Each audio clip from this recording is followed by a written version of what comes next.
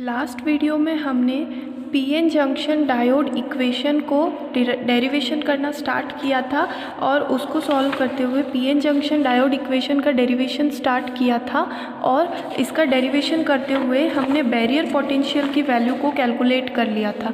ये थी हमारी बैरियर पोटेंशियल की वैल्यू। ये कंडीशन तब थी जबकि हमने पीएन जंक्शन डायोड पर बाहर से कोई भी बैटरी अटैच नहीं की है। अब हम क्या करते हैं, इस डायोड की क्या कर देते हैं, बाइसिंग कर देते। पहला केस हम पढ़ रहे हैं फॉरवर्ड बाइसिंग।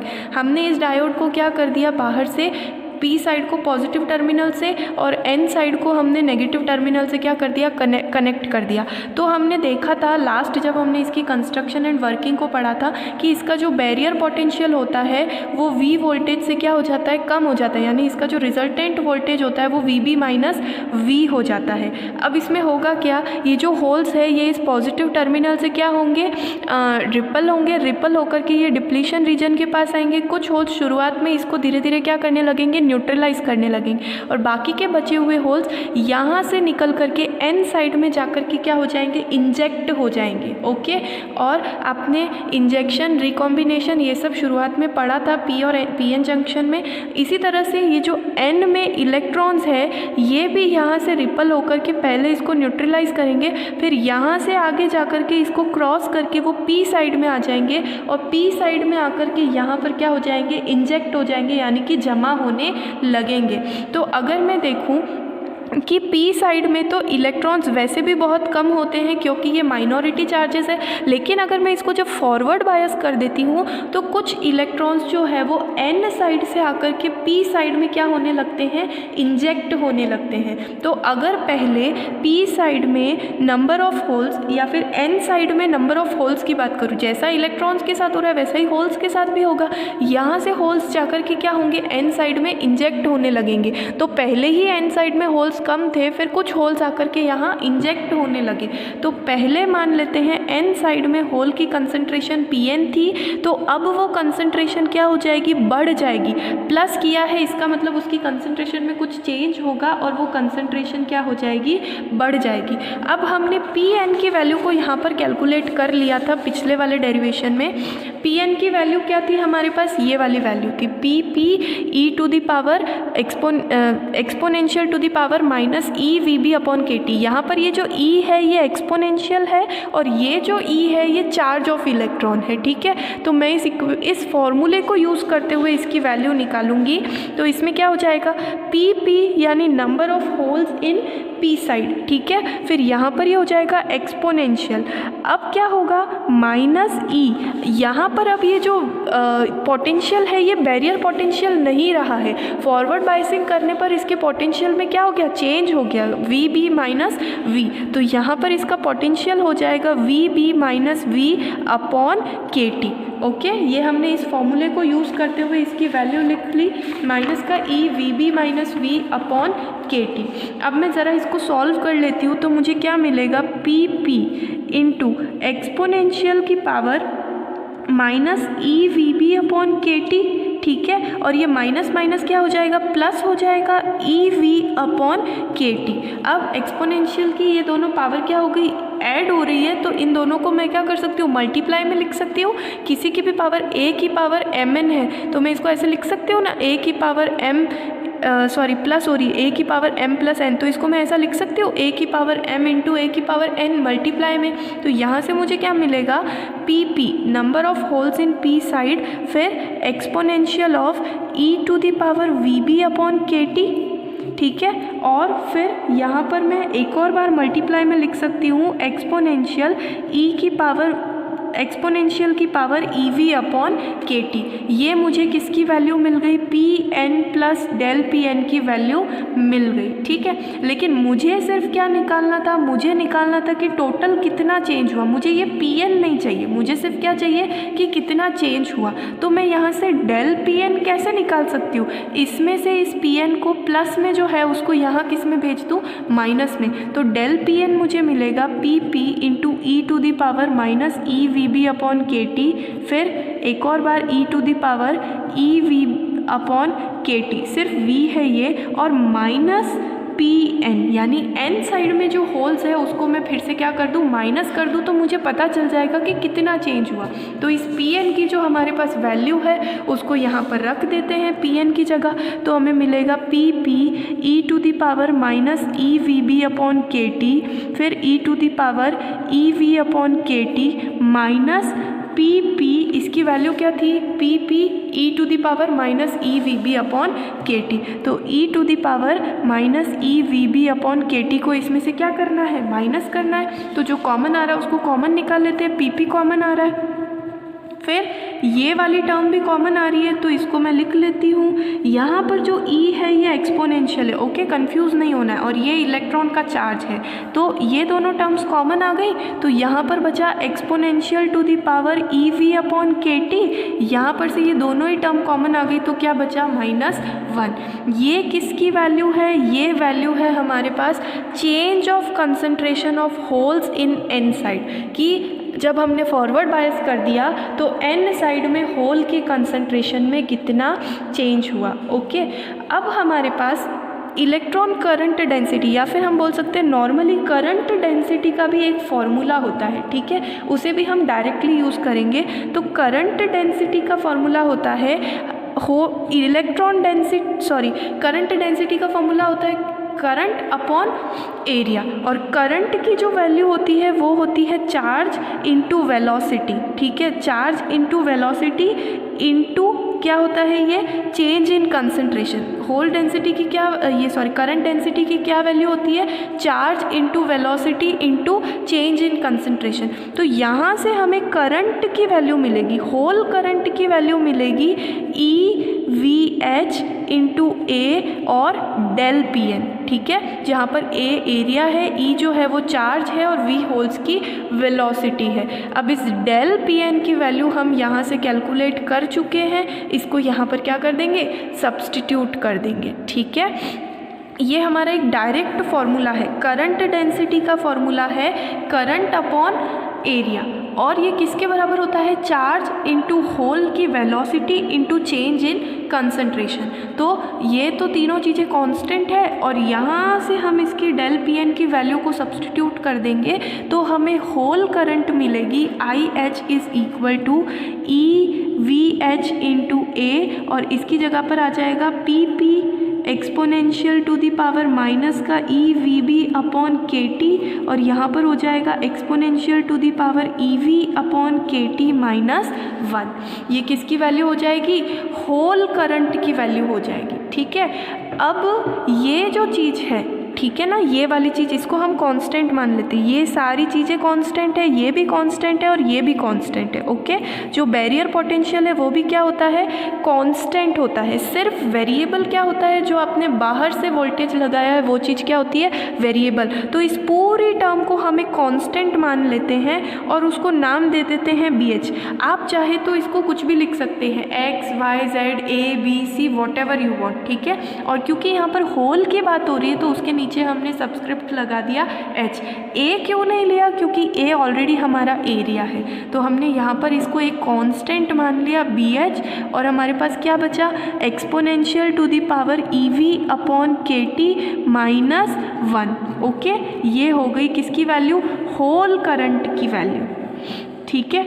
इसी तरह से अगर हम इलेक्ट्रॉन करंट की वैल्यू को निकालें तो इलेक्ट्रॉन करंट हो जाएगी same to same BE, constant हो जाएगा, ऐसा ही एक कांस्टेंट आएगा, ठीक है, और exponential to the power EV/KT -1। ये किसकी हो गई, इलेक्ट्रॉन करंट की वैल्यू। और यहाँ पर जो BE है वो क्या होगा, E into VE into area into NN into exponential to the power minus का EVB/KT। ये किसकी वैल्यू हो जाएगी, BE की वैल्यू हो जाएगी। तो इस तरह से हमें किसकी वैल्यू मिली, ये hole current into electron current. और जो हमने शुरुआत की थी वहीं पर हमने देखा था कि टोटल करंट जो होती है वो electron current plus hole current की क्या होती है, बराबर होती है। तो इस प्रॉपर्टी को हम यूज़ करते हुए निकालेंगे टोटल करंट। तो जैसा कि हम जानते हैं हमारी जो टोटल करंट होती है, total current is equal to electron current plus hole current, ठीक है। जो हमारी टोटल करंट होती है वो electron current plus hole current के बराबर होती है। तो टोटल करंट को हम नाम दे देते हैं IS। आप I टोटल भी लिख सकते हैं, कोई प्रॉब्लम नहीं है इसमें। तो IS is equal to IE plus IH। तो यहाँ से हम IE और IH की वैल्यूज़ को पुट कर लेंगे। यहाँ पर हमने IE और IH की वैल्यूज़ को निकाल लिया है, यहाँ पर अप्लाई कर लेते हैं। तो BE exponential to the power EV upon KT minus 1 plus BH exponential to the power EV upon KT minus 1, ठीक है। दोनों में से ये वाली टर्म कॉमन आ जाएगी तो बनेगा BE plus BH exponential to the power EV upon KT minus 1, ठीक है।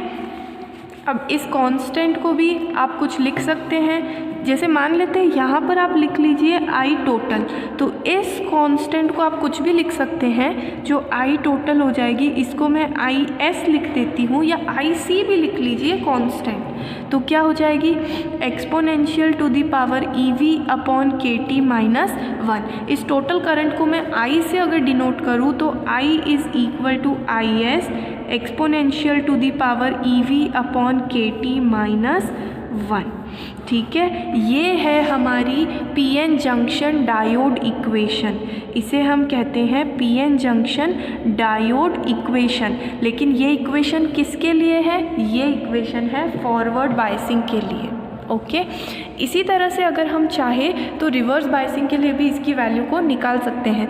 तो अगर हमने बाहर से कितना वोल्टेज अप्लाई किया है ये पता है, चार्ज ऑन इलेक्ट्रॉन पता है, बोल्ट्जमैन कांस्टेंट की वैल्यू पता है, टेम्परेचर की वैल्यू पता है और इस कांस्टेंट की वैल्यू पता है, तो हम फॉरवर्ड बायसिंग में फ़्लो होने वाली करंट की वैल्यू को भी पता कर सकते हैं, ठीक है। तो फॉरवर्ड बायसिंग में जो करंट होती है वो एक्सपोनेंशियली चेंज होती है, चर घातांकी रूप से उसमें क्या होता है, परिवर्तन होता है या वृद्धि होती है, ठीक है। इसीलिए आपका जो फॉरवर्ड बायसिंग का ग्राफ होता है वो कुछ इस तरह से आता है। एक्सपोनेंशियल फंक्शन का ग्राफ इस तरह से होता है, चर घातांकी रूप से करंट की वैल्यू जो है वो चेंज होती है।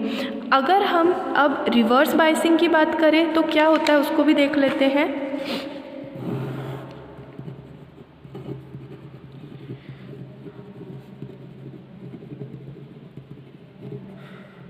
रिवर्स बायसिंग में आप जानते हैं कि बैटरी के नेगेटिव टर्मिनल को PN जंक्शन के P से जोड़ा जाता है और पॉजिटिव टर्मिनल को PN जंक्शन के N साइड से जोड़ा जाता है, ठीक है। यानी कि ये है हमारी PN जंक्शन डायोड, ये है P साइड, ये है N साइड। तो इस P साइड को हम जोड़ेंगे नेगेटिव टर्मिनल से और ये जो N साइड है इसको हम जोड़ेंगे पॉजिटिव टर्मिनल से। तो इस केस में हमने जो I की वैल्यू कैलकुलेट की थी, I is equal to IS exponential to the power EV upon KT, okay, minus 1, ठीक है ना। तो इस केस में हमने वोल्टेज क्या कर दिया, अब ऑपोजिट कर दिया, यानी V की जगह पर हमने क्या लगा दिया, माइनस V लगा दिया। तो I is equal to IS exponential minus EV upon KT minus 1। तो इस केस में क्या होता है, ये जो एक्सपोनेंशियल वाली टर्म है इसकी वैल्यू हो जाती है 0, ठीक है।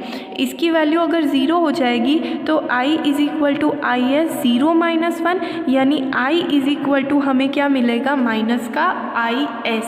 और ये जो IS था वो क्या था, IS था हमारा BE प्लस BH, दोनों कॉन्स्टेंट्स का सम। यानी कि जो रिवर्स बायसिंग में हमारी करंट होती है उसकी डायरेक्शन क्या हो जाती है, उल्टी हो जाती है, ठीक है ना। इसीलिए इसको क्या बोला जाता है, रिवर्स बायसिंग। जो हमारी I इज़ इक्वल टू क्या आई थी, ये पूरी करंट, और यहाँ पर जो I डैश होगी वो किसके बराबर हो जाएगी, माइनस BE प्लस BH के बराबर हो जाएगी। यहाँ पर टेम्परेचर वगैरह किसी का भी कोई फ़र्क नहीं पड़ेगा, वोल्टेज वगैरह, सिर्फ इन दोनों को जोड़ करके नेगेटिव साइन के बराबर इसकी करंट आएगी। इसीलिए जब रिवर्स बायसिंग का ग्राफ बनाया जाता है तो उसका ग्राफ कुछ इस तरीके से आता है, ओके। यानी कि इसमें करंट की वैल्यू क्या होती है, बिल्कुल ही कम होती है और ऑपोजिट डायरेक्शन में करंट होती है। हमने जब लास्ट वीडियो में इसकी वर्किंग और कंस्ट्रक्शन को पढ़ा था तब भी हमने देखा था कि रिवर्स बायसिंग में जो करंट होती है वो किस में होती है, माइक्रो एम्पियर में होती है, और फॉरवर्ड बायसिंग में जो करंट होती है वो मिली एम्पियर में होती है।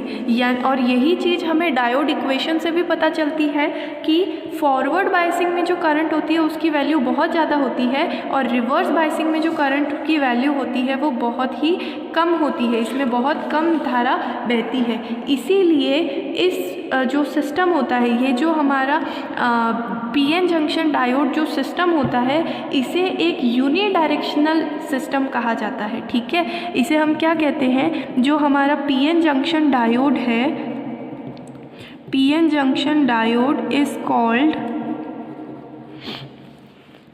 Non linear unidirectional current system.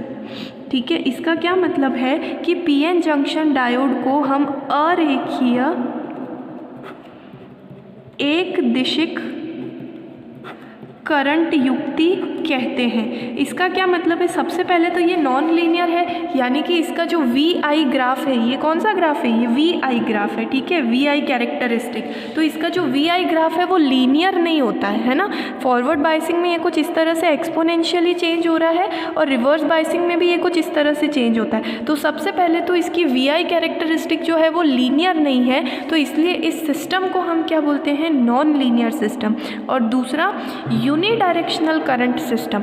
Unidirectional current system का मतलब होता है कि इसमें जो करंट है वो सिर्फ एक ही डायरेक्शन में सिग्निफिकेंट होती है, दूसरी डायरेक्शन में करंट इतनी ज़्यादा अच्छी नहीं होती, यानी कि एक ही डायरेक्शन में करंट बहुत अच्छे से फ्लो होती है, वो जो कि है फॉरवर्ड बायसिंग। रिवर्स बायसिंग में हमारी करंट इतनी अच्छी तरह से फ्लो नहीं हो पाती है। I hope you understand.